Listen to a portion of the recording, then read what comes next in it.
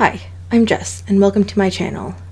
To finish off my exploration of horror, I'm going to talk about Ride or Die by Delilah S. Dawson. I didn't intend for most of the books I read this month to be by Delilah S. Dawson, it just kind of happened. I'd actually planned on reading a bunch of other books, but my library loans expired before I could get to them. Like Camp Scare, Ride or Die is also a middle grade horror book. When I say middle grade, I mean specifically the upper range of middle grade, about 10 to 12 years old, and maybe the lower range of YA. I don't actually like the middle grade and YA age ranges. I feel like they cover too broad an age range to be a useful metric. But that's not the point of today's video, so let's get back to the point and talk about Ride or Die. After what Brie's sister Artemis did, Brie was forced to change schools. At her new school, she wants to join the popular group. Emily, Emma, and Emerson are the most popular girls in school. They call themselves the M's. On Olympiad Day, Brie finally gets her chance to impress them. Since changing schools, Brie has gotten into sports. She joined the basketball team, the volleyball team, and the track team. Her newly discovered athleticism means she's doing very well at the Olympiads. That's why Emily asks Brie to be her partner for the three-legged race. Emily wants to win and is counting on Brie to help her. Unfortunately, Emily is not very athletic. In a desperate attempt to win, Brie picks up Emily and runs, carrying her across the line. They just barely come in first. To thank Brie, Emily invites her to her birthday party the next week at Wildwood Amusement Park. They've booked a sleepover at the park, and there's one spot left. On the day of the party, Brie meets up with Emily, Emma, and Emerson at the entrance of Wildwoods.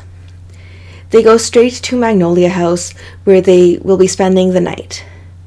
They're given green wristbands that will get them free food and drinks all night.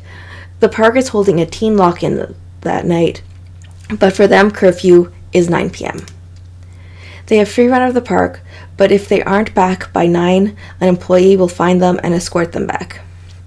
Before heading out into the park, the girls have cake and Emily opens her presents. Awed by the park, Brie falls behind the M's, and as they walk to the first ride. As she rushes to catch up to them, she trips over something in the path. It's a memorial. Exactly 30 years ago, there was an accident at the park, and 4 teens died. The park closed for a few years after that, and when it reopened, the part of the park where the accident happened was walled off.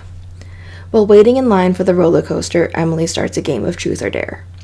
Brie picks truth. Before Emily can ask her a question, Emma asks Brie, "Did you dress exactly like us on purpose?" Brie points out that a lot of people are dressed just like them. Baggy t-shirt with cut-off shorts and hair in a ponytail is the style. Next, Emily dares Emma to ride the roller coaster without holding on. Emma doesn't keep her hands up, and now she has to be punished. Emily tells Emma to pick a piece of gum off the ground and eat it, or she'll be out of the M's. Emma pries the piece of gum off the ground and swallows it whole.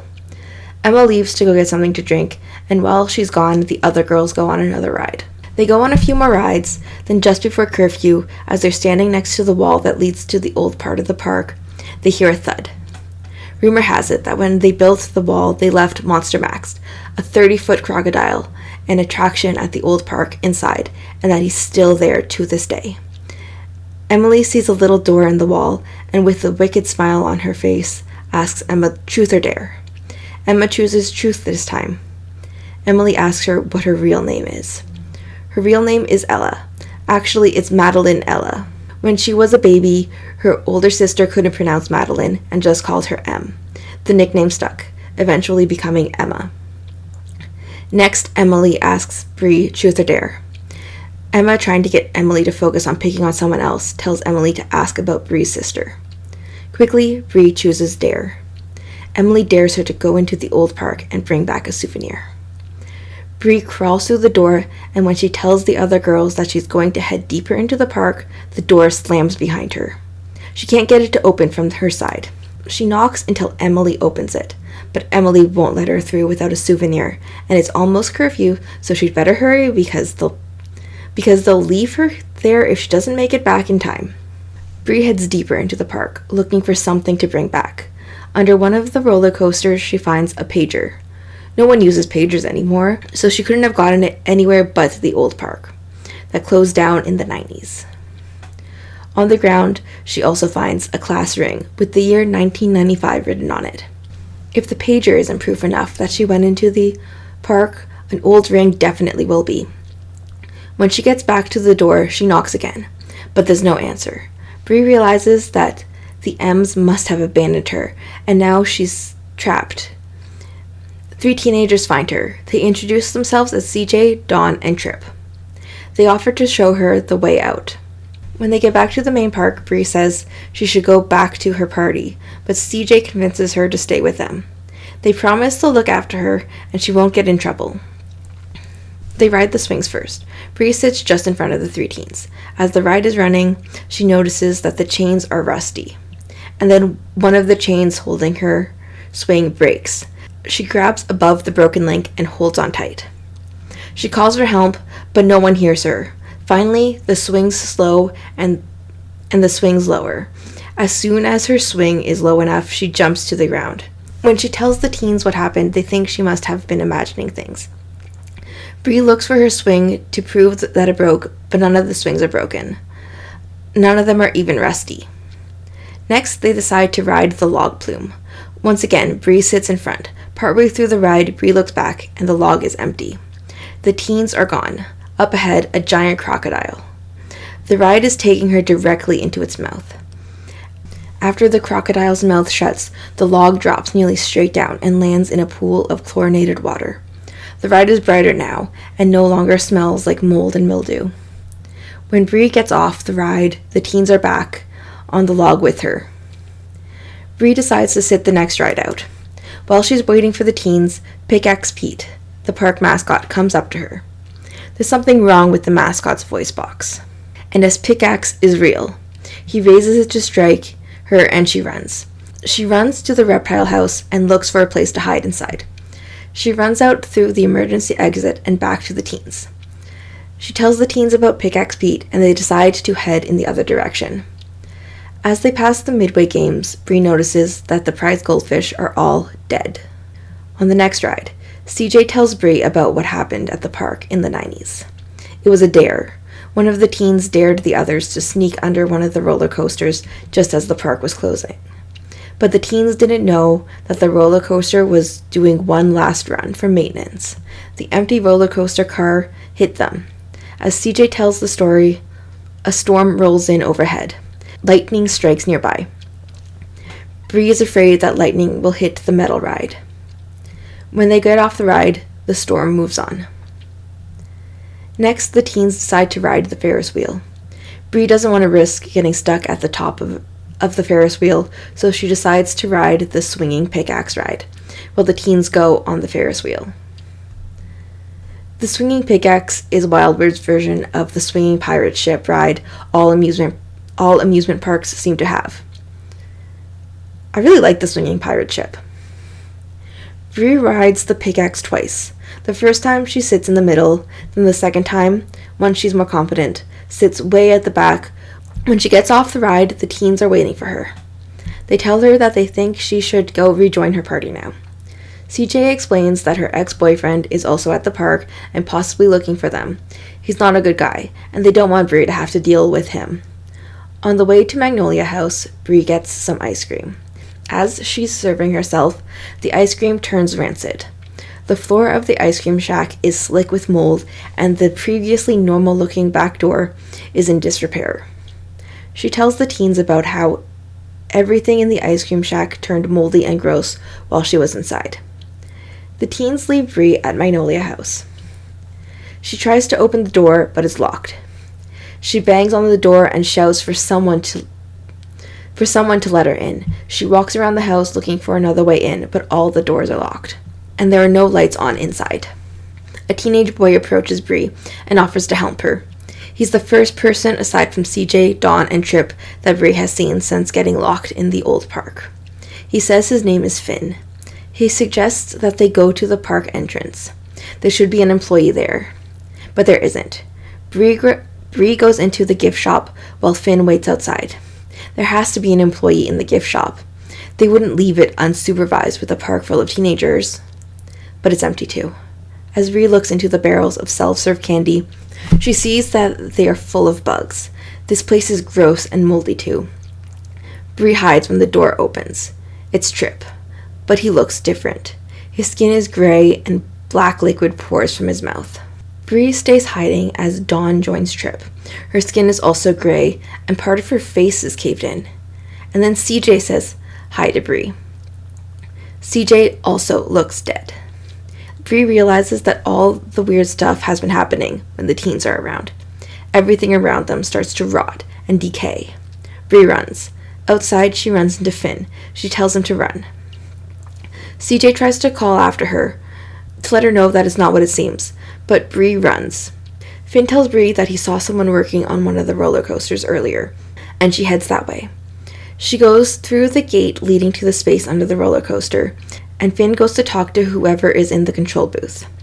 As she walks towards the maintenance shack, someone tackles her, and then the roller coaster rattles by overhead, close enough to hit her if she was still standing. CJ tackled her just in time. CJ looks very, very dead. She's missing the top of her head and one of her eyes. Brie runs. She runs past where the memorial should have been, but it's not there anymore. Dawn waves to her from the porch of Magnolia House and calls to her. She looks normal, but Brie knows that she's dead. Brie keeps running to a part of the park she hasn't been in before and ends up at the funhouse. She has no choice but to go inside to hide. Pickaxe Pete follows her inside. She makes her way through the funhouse, trying to get away from him. When she has the choice of which direction to go, she picks the one that will be harder for Pickaxe Pete to follow. She goes through doors that are too small for whoever is chasing her to fit through, in the Pickaxe Pete costume. Eventually, Trip, Dawn, and CJ corner her in a room. They tell her that they don't want to hurt her. They're the teens that died in the accident 30 years ago, and tonight they were suddenly back at the park. They wanted to enjoy themselves because they didn't know when they'd get a chance to again, and they were trying to protect her from CJ's ex-boyfriend. He's responsible for their death, and they think he's also at the park, and trying to hurt her. Brie realizes that Finn is CJ's ex. The group thinks that if they keep Brie safe and tell Dawn, she'll make it out okay. But Finn is also in the funhouse, so they need to find a way out. While trying to find the exit, Trip falls through a trapdoor. The rest of the group try to follow him, but the door won't open. The next room they go into isn't actually part of the funhouse. Dawn and CJ recognize it as part of an obstacle course that was at the old park. They have to cross a rope net over water to keep going. Brie goes first, because when Dawn and CJ touch the bridge, it will probably start to deteriorate. Brie makes it across, and Dawn and CJ start to follow. CJ crawls across the middle of the net, and Dawn crosses at the side, where she can use the walls to stay standing. The rope starts to deteriorate as Dawn and CJ are crossing. Finn appears behind them, on the side they just left. He pulls a lever on the wall, and the net falls out from under CJ. She falls into the water. The crocodile in the water goes after her. Dawn manages to hold on to the rope wall. Finn starts to cut down the net that Dawn is hanging on. Brie reaches out to help Dawn across and grabs her shirt to pull her to safety. Brie and Dawn move on through the funhouse. They arrive at the Hall of Mirrors. Brie takes off the shoelace from one of her shoes and offers an end to Dawn. They each hold an end so they won't lose each other in the Room of Mirrors. As Brie walks through the Hall of Mirrors, she thinks about her sister, and about bullying, and about how things must have been different before cell phones, when people just had beepers, and then she remembers the beeper she found that's still in her pocket. She pulls it out and asks Dawn about it. It was CJ's. She also shows Dawn the ring. It was Finn's class ring. They realize that maybe Brie taking the beeper and ring is what woke them up. And if she returns them, things will go back to normal. Crash! One of the mirrors shatters, and there's Pickaxe Pete. Brie crawls, trying to get away from Pickaxe Pete, but she ends up crawling right into him. He tries to grab her shirt, and she slips away, crawling between his legs, toward towards a sliver of mirrorless wall.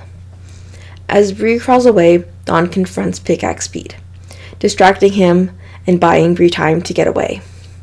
Brie makes her way through a giant ball pit and down a long, dark hallway, and down the slide to the outside of the funhouse. At the bottom of the slide, she sees a shape. She kicks before realizing the shape is Dawn. Dawn tells Brie that she has to run and return the beeper and ring before sunrise. She runs towards the midway. The door in the hall to the old park is just on the other side of the midway. Then a pickaxe slashes through the canvas of one of the midway booths. Finn slips through the slash he just made in the canvas and blocks Brie's path. She rolls under the flap into the booth. She slips into the next booth and arms herself with darts. When Finn appears at the front of the booth, she throws the darts at him. While he's distracted, pulling out a dart from his eye, she runs around him. She makes it to the door, opens it, and crawls through. Finn grabs her legs, and then Trip grabs her under the armpits and pulls her through. Trip and CJ stand guard by the door, while Brie carries on towards the roller coaster. Brie hears something in the other underbrush. It's Monster Max, or the ghost of Monster Max. When she steps out into the open roller coaster in sight, she sees Monster Max. He's as big as a school bus, and he's blocking her path. Finn comes out of the woods behind her. She gets him to monologue about his evil plan because villains love to monologue. Then she offers him his ring. When he goes to take it, she grabs his wrist and pulls him into the mouth of Monster Max. She doesn't look to see if Monster Max is satisfied with eating Finn. She just runs to the spot where she found the beeper and ring and puts them both on the ground. Nothing happens. She looks back to where Monster Max and Finn were, but it's too dark to see anything. Then she hears someone calling her name. It's Dr. Friedman, the woman that had welcomed her to Magnolia House the night before. Brie tells Dr. Friedman that Emily dared her to go into the old park and then locked her in. That's not the story that Emily told, but Dr. Friedman believes Brie. Dr. Friedman asks Brie how she got into the old park. Brie tells her that she came through the little door. Dr. Friedman says there is no little door behind the midway tent.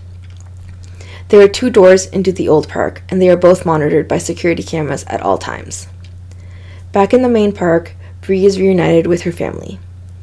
They are brought into an administrative building where Brie is given food and Gatorade. She's asked what happened. All she tells them is that Emily dared her to go into the old park and then locked her in. Brie and her family are given free admission for life to all Wildwoods parks. And Brie is given a t-shirt, pajama pants, and a pair of yellow flip-flops from the gift shop. At school on Monday, everyone knows what happened. Brie is briefly the center of attention because of all the kids who wanted to hear firsthand what really happened. In the last month or so of school, Brie starts to pursue her more academic interests while continuing with sports. She and Emerson become real friends. Emily transfers to Brie's old school, and Emma takes over as Queen Bee. In the fall, when she starts high school, Brie isn't afraid to be herself, because no mean girl will ever be as scary as a ghost trying to kill her. I felt that Ride or Die was just fine. It was a little heavy-handed with the messaging. At one point, Dawn straight up tells Brie that it's better to be yourself and make real friends than it is to try to be popular. Dawson should have trusted her target audience to figure that out for themselves. There are plenty of other times in the book where the same message is made clear without being quite so obvious.